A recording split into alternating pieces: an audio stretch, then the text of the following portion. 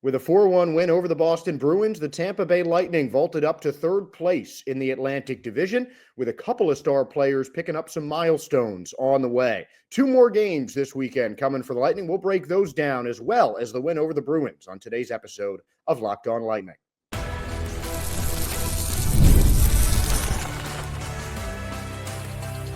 You're Locked On Lightning, your daily podcast on the Tampa Bay Lightning, part of the Locked On Podcast Network, your team every day.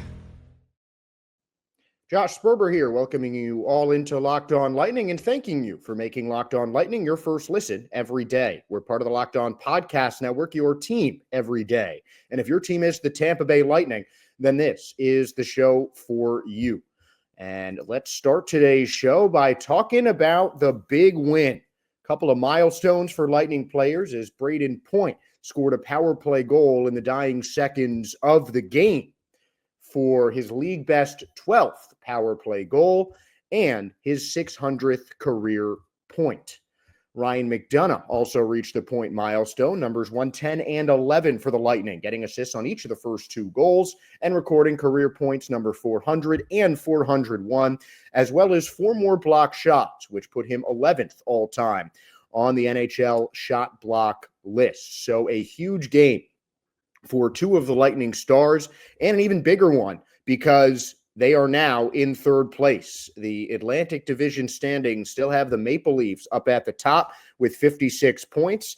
They have played 43 games, 4 more than Tampa. Florida is in second, played 52 games, with 52 points in 42 games. That is 3 more than Tampa. And the Lightning, the only team in the Atlantic Division that has played fewer than 40 games, and one of just 2 teams who are under 40 games at the halfway point in the NHL season, are now third place, 5 games and a point in hand over the Boston Bruins, who they took down 4-1.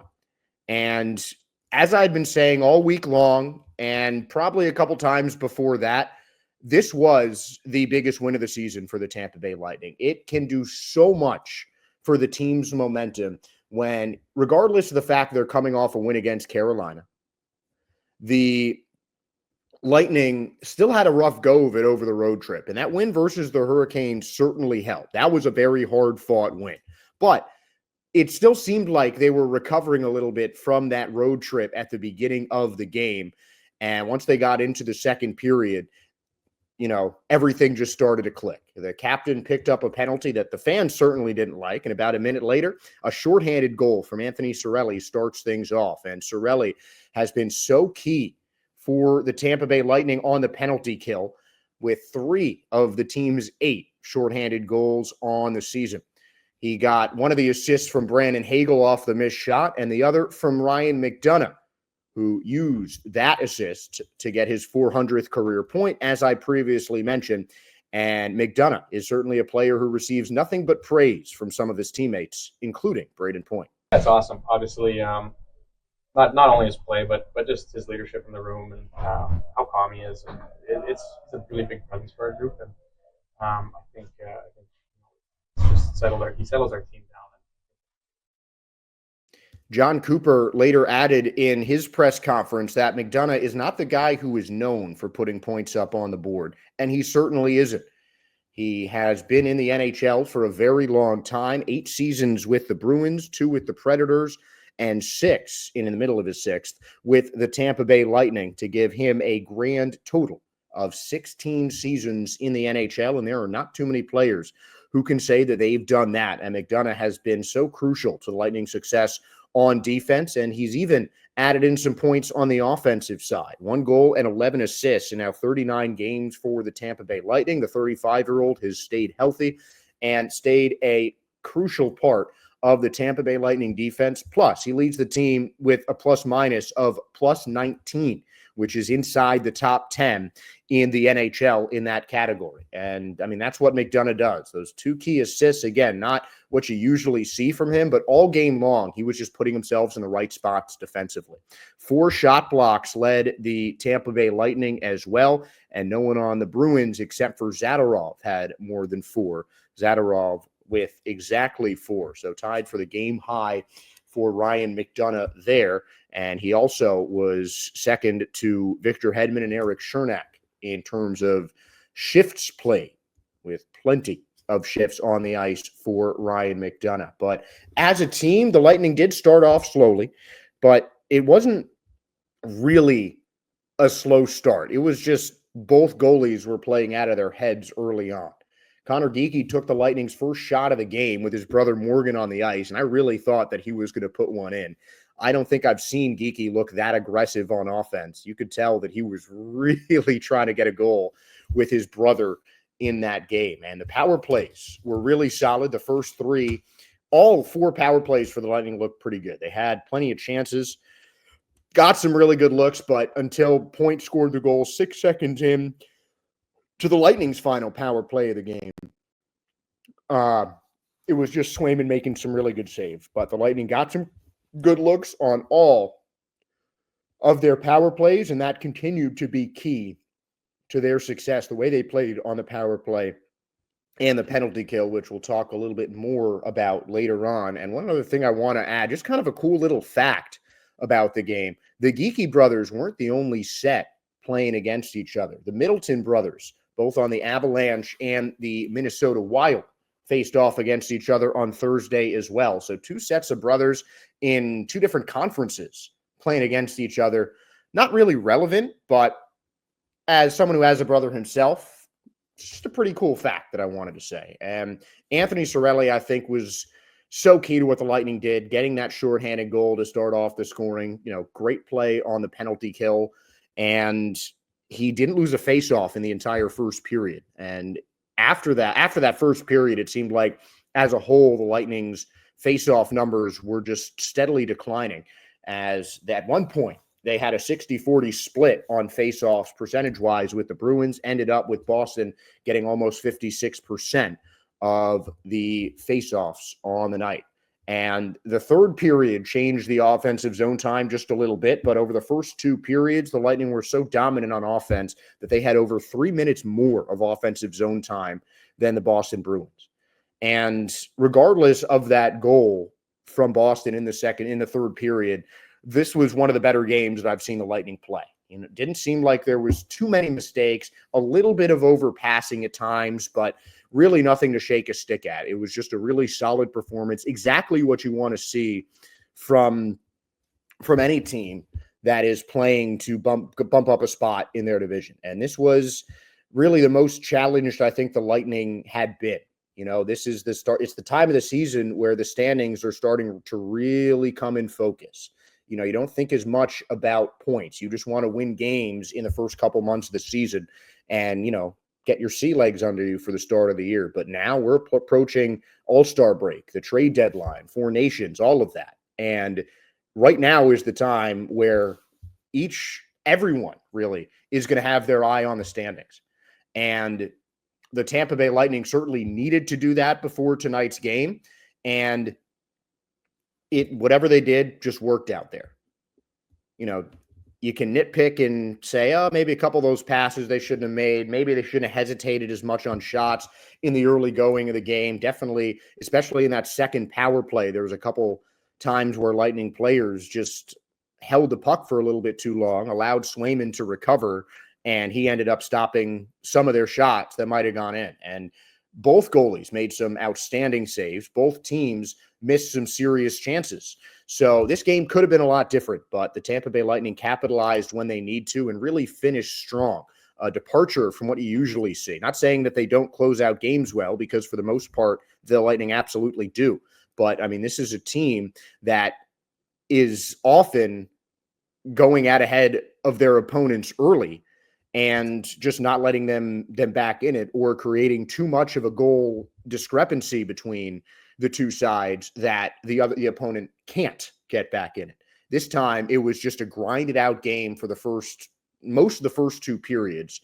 And then once the Lightning got on a run, even after the Bruins scored, they didn't stop, and they just dominated the final couple periods of the game. So a really solid win, and the Lightning now go from wild card leaders to in a prime position to secure a playoff spot in the Atlantic Division. So a massive win, and the Lightning will get Boston in another couple of days. Tuesday in Boston after a weekend back-to-back. We'll see another rematch of the 3-4 team in the Atlantic Division. And as I said earlier, special teams were a huge part of the Tampa Bay Lightning's win. Not allowing a goal on 2 Boston power plays, even though one lasted about 2.5 seconds at the end of the third period, and getting themselves a goal on their final power play with a plethora of shots on extra man opportunities. So we're going to break down the Lightning special teams and talk about how important it is to their offensive identity.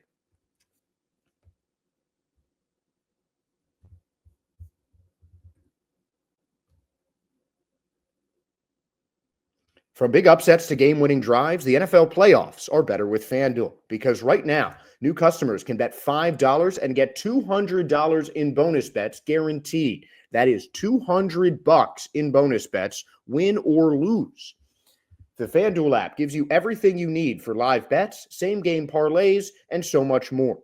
Just visit FanDuel.com to join today and get started with $200 in bonus bets. That is FanDuel.com. So make this playoff season unforgettable with FanDuel, an official sportsbook partner of the NFL. And don't forget, you can bet on NHL games there too. Welcome back into Locked On Lightning, and let's talk about special teams. Tampa Bay has one of the best power plays in the entire league, and they marked on 1 of 4 of their power plays, with Brayden Point scoring 6 seconds into the final power play of the contest in the final period of the game. But it's the Lightning's penalty kill that has really been impressing me, because this is a team that even John Cooper said he hasn't been overjoyed with the team's defense. But the penalty kill on the last 17 opponent power plays, the Tampa Bay Lightning have not allowed a goal. Their penalty kill is looking as good as it has, and John Cooper understands the importance of both the power play and the penalty kill to the Lightning's success in this 2025 season. You know, power play, gosh, you're in the mid 20%. You have a hell of a power play, but that's only going 1 for 4 every night. And so it's not always scoring. It's how you're executing on it. If you're getting looks, momentum can swing in your favor. Well, it's the same for the PK. And you can't sit here and say, well, you're going to score, every time you're out. But once you do a little bit, all of a sudden you become, you're hopefully in your power play's head that you better watch out, because these guys might score on you. And it's not that you can sit here and write it up and say, okay, great, we're on the PK. We're going to go score. You know what I mean? But it sure can be a weapon, and it can, hopefully change the way a power play thinks when you have guys that are a threat to score. And the Lightning certainly have that. The typical PK1 unit, the defensive duo of Ryan McDonagh and Eric Chernak, and the dynamic partnership of Anthony Cirelli and Brandon Hagel, who have proved to be 2 of the best two-way players in the entire NHL. It was Hagel, Cirelli, and McDonagh that combined on that shorthanded goal. Hagel and McDonagh getting the assists, and Cirelli scoring off of the rebound of Brandon Hagel's shot. And when you have, I think it's Hagel and Cirelli, in my opinion, that are the most key to the Lightning's penalty kill, because they work so well together, and it's just them two on the forward line. And I don't want to knock any of the guys that have played with them on the Lightning's second forward line over the course of the season, because they're, they play with them. They complement Cirelli and Hagel well. It's been typically Connor Geekie as of late, who has been the Lightning's second line right wing to Hagel and Cirelli's left wing and center positions on that line. But when it's just Hagel and Cirelli, when you have 2 guys with that kind of chemistry, something that their teammates even noticed. Ryan McDonagh was talking about how well they played together just in general, and especially on the penalty kill during the post-game press conference. And that's really highlighted even more on the Lightning penalty kill, because you just see those 2 guys knowing what each other is doing, knowing exactly what they need to do and being completely confident and trusting their line mate, whether it's Hagel or Cirelli, as the point defender, primary defender, on the ball in whatever zone, when it's just those two, you can really tell that they're just on a different level chemistry-wise. And honestly, that's pretty similar with Cernak and McDonagh.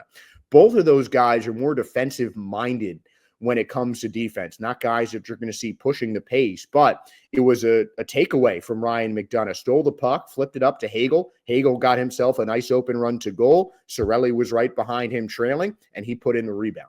And that's the kind of thing that you can get from Cernak and Ryan McDonagh. Are they going to be guys that are going to be up like Victor Hedman is, trying to, run up offensively, actively trying to shoot sometimes? No, that's not the game of either Cernak or McDonagh. But they are guys that are smart enough hockey players that they can build off of turnovers that they help create.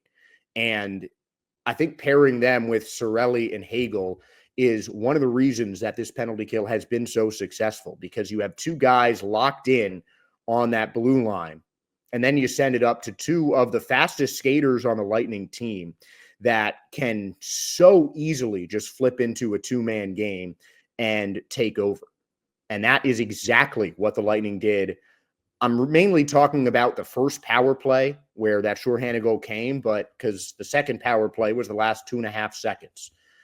Game misconduct on Lilleberg after he was almost hit. That's a whole different story. But the that penalty kill unit has just been crucial, and it ended 2024 a little bit below the middle of a little near the middle of the pack, and it started the season on the lower side. And the Lightning's penalty kill has just seemed to improve as much as it could. And regardless of the fact that only one goal was scored on the Lightning power play, today was another great example of how strong, especially that first line forwards of Gensel, Point, and Kucherov, is the power play today really showed how strong they are. There might have been a little bit more hesitation than you usually see. I do remember on the first or second, I think it was the second power play, Kucherov was kind of holding the puck a little bit in net. Swayman, noticed it, reacted, and it was when he reacted, Kucherov shot, and that's part of the reason that Swayman was able to make the save. But the Lightning controlled the puck for almost the entirety of their power plays. They won the first faceoff on each 4 power play, and it helped lead them to that point goal in the end of the game. I think part of it was, that was coming on the heels of the Lightning empty net. The Bruins, I don't want to say were checked out, but they had certainly, after an empty netter, it's pretty easy to realize that this game is over. And the Lightning took advantage of that and added themselves another goal. And that, that just shows that the Lightning are a team that is not going to give up. And they're a team that is going to just play hard until that final whistle. And they certainly did. And a big credit to the Lightning for getting that power play goal that might not seem like very much, but it's important to, especially on division opponents, send a message that they're going to play all 60 minutes and they're going to try and just beat the snot out of you. And, 3-goal game might not be a blowout, but it's a big win for Tampa, especially since it flips them from fourth to third place.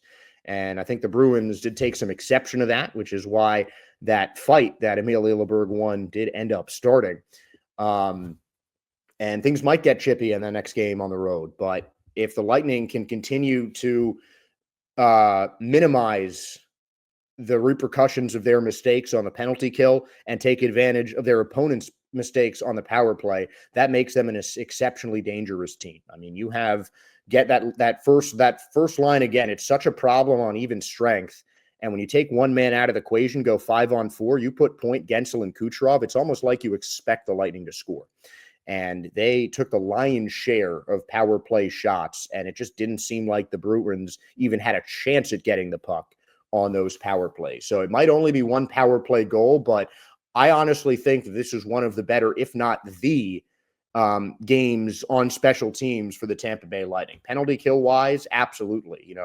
Might have been better if they had scored another goal or two on the power play, but they controlled possession. And at the very least, that's what you want to do. Because as John Cooper said, if you've got a 25% power play, that's 1 goal in every 4, just like the Lightning had in the win against the Bruins, you've got a heck of a power play on your hands. And that is certainly the case for the Tampa Bay Lightning. And that heck of a power play is going to have to be in use in these next couple of games where the Lightning have their second set of back-to-backs in a row, taking on the New Jersey Devils and Pittsburgh Penguins, both teams that they have played and beaten already this season with 2 tangles and 2 wins against the New Jersey Devils. We're going to break down this weekend back-to-back on the heels of the biggest win of the Lightning season.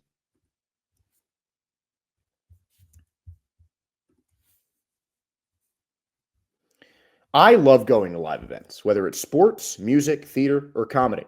One of my favorite memories was attending a Nets game against the Magic in Orlando last year. The energy and excitement were unforgettable, and I grew up a Nets fan, so it's always great to see my team on the road, especially when you can get a really great deal on Game Time, because Game Time has made it even easier to get tickets for your favorite events with their new feature, Game Time Picks. This feature filters out the fluff to show you only incredible deals on great seats, so you don't have to waste time searching through thousands of tickets. Now, recently, I was looking for tickets to an upcoming concert at Amalie Arena using the Game Time app. With Game Time Picks, I found amazing deals and could even see the view from my seat before buying. The super deal was particularly impressive, offering great seats at unbeatable prices. Plus, the Game Time app's all-in pricing shows the total cost up front, with no surprise fees at checkouts, unlike some of the other ticket sites I've used in the past. But now I take the guesswork out of buying tickets with Game Time, and you can too. Download the Game Time app, create an account, and use the code LOCKEDONNHL for $20 off of your first purchase. Terms apply, but again, create an account and redeem the code below, LOCKEDONNHL, LOCKEDON for $20 off your first purchase. Download Game Time today. What time is it? Game Time. And it is about to be game time 2 more times this weekend, with a Saturday road tilt in New Jersey and a Sunday showdown against the Pittsburgh Penguins. The Lightning have played a combined 3 games against their 2 opponents. They beat the Devils 8-5 in New Jersey already and 4-0 back in New York for Andrei Vasilevsky's 301st career victory. And the Pittsburgh Penguins game that these teams last played against each other, a 3-2 win for the Tampa Bay Lightning, with Brayden Point coming back from injury to the tune of the Lightning's first goal and overtime game winner. And we're going to talk about the Devils first. And this, honestly, it's a weird kind of game. It's a weird game to call this a trap game for the Lightning, but I'm going to use that word simply because the Lightning have already beaten them pretty badly. The Lightning have outscored the Devils 12-5 in 2 games, including that 8-5 win with Jonas Johansson in net.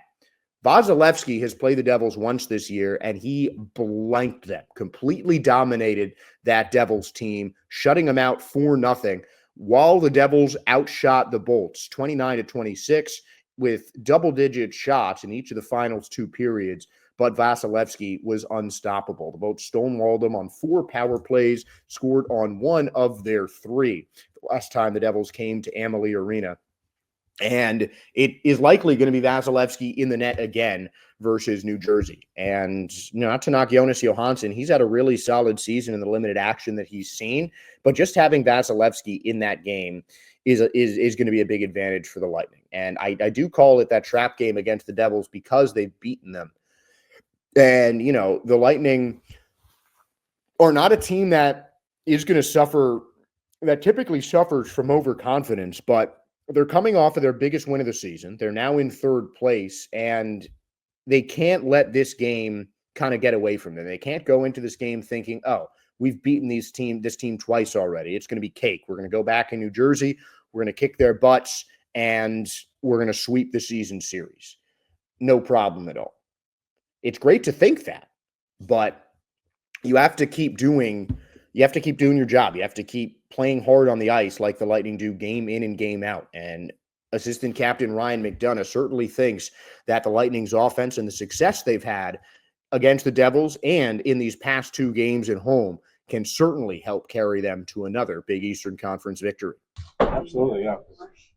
Got some firepower up there, and for the most part, kept them at bay, and that's kind of been our recipe for success. We know we defend well, don't spend a lot of time in our zone. We can make things happen in the offensive zone and on the rush. So we just got to stick with that plan and keep going.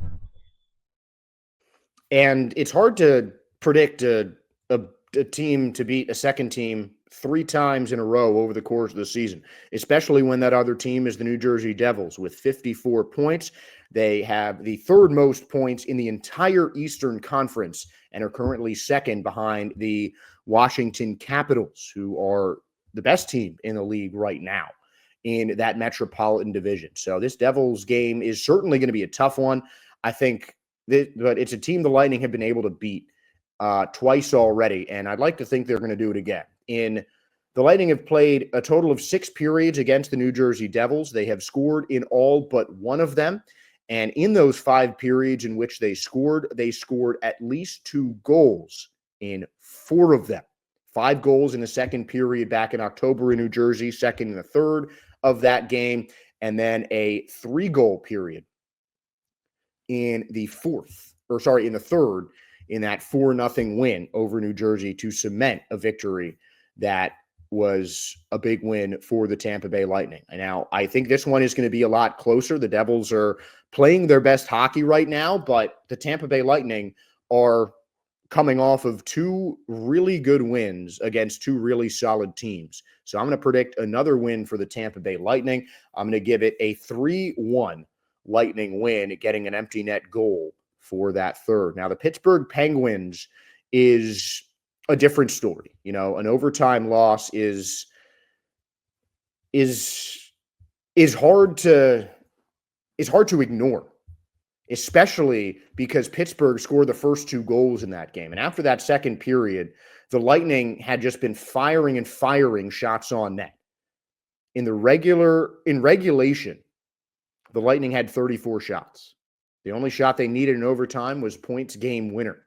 But this is one of the few games that the Lightning didn't succeed as they usually do on special teams, allowing goals in 1 of the 2 power plays for the Penguins and not scoring in 3 Lightning power plays in that one. And the Pittsburgh Penguins are also a team in the Metropolitan Division. At the beginning of the season, they struggled a bit. They've seemed to turn a corner, and right now are half a game behind Columbus for that wild card potential spot in the Metropolitan Division, currently sitting in 5th place with the Blue Jackets having a game in hand. The Penguins 12-7-3 at home. So not the best home record, but again, this is the team that the Lightning have always beat. And the Lightning are on their best run of the season in terms of penalty kill and power plays. It seems like they've scored at least 1 power play goal in most every game. So the Lightning are playing some really good hockey. They've got the momentum, and if they beat the Devils again, they'll be on a 3-game win streak with even more. I think that certainly changes things, but it was Vasilevsky in net against Pittsburgh the last time these two faced off in November. Now it is likely to be Jonas Johansson. It's rare you see a goalie play in back-to-back games, and I don't think this one will be the exception. But the Penguins are certainly playing better hockey than they were back then. The 3-2 loss in overtime was the 4th loss in 5 games for Pittsburgh. And Brayden Point getting the first goal and the game-winning goal for the Lightning coming off of injury made that one of the biggest wins of the season at that point. And this was a team that the Lightning were able to get a lot of shots on. And I think if they do that again, then they're going to have a really good shot at taking this game again. And I think it's going to be another close one. It might honestly be the same score twice for the Lightning. That is a very real possibility. But Pittsburgh has 2 games at home on this end of the back-to-back, playing the Ottawa Senators on Saturday. So both teams will be coming off of back-to-backs, and the Lightning will look for, hopefully, their fourth straight win. That honestly is tougher to predict right now. Johansson's going to be in net. That's obviously a factor with him in there instead of Vasilevsky. And the way that they play against the Devils on Saturday is certainly going to affect their play on the Sunday against Pittsburgh. It's still a winnable game for the Lightning. I don't think it's going to be an overtime contest. I think there's going to be a lot more goals in this one, honestly. I think the Lightning are still going to win. I'm going to go with a 5-4 victory for Tampa, as each team are playing really good offensively. And I think that there are going to be a lot of pucks coming on net. So you guys can talk about your predictions in the comments, or feel free to message us on X at LO_Lightning. But before you do any of that, please give us a like, a follow, a subscribe on YouTube, Spotify, Apple, wherever you want to listen to your podcast. We really appreciate your guys' support. And I want to thank you for making Locked On Lightning your first listen today. For your second listen, find Locked On Fantasy Hockey. Become a fantasy hockey expert and get the edge over your league mates with daily tips from Steele and Flip. Find Locked On Fantasy Hockey on YouTube or wherever you listen to your podcast. And once again, please give us a like, a follow, a subscribe. And I'm Josh Sperber from all of us here on Locked On Lightning. I want to thank all of you for tuning in once again, and we'll see you again on Monday. Hope the Boats will pick up 2 wins by the next time we talk. Have a great weekend, everybody.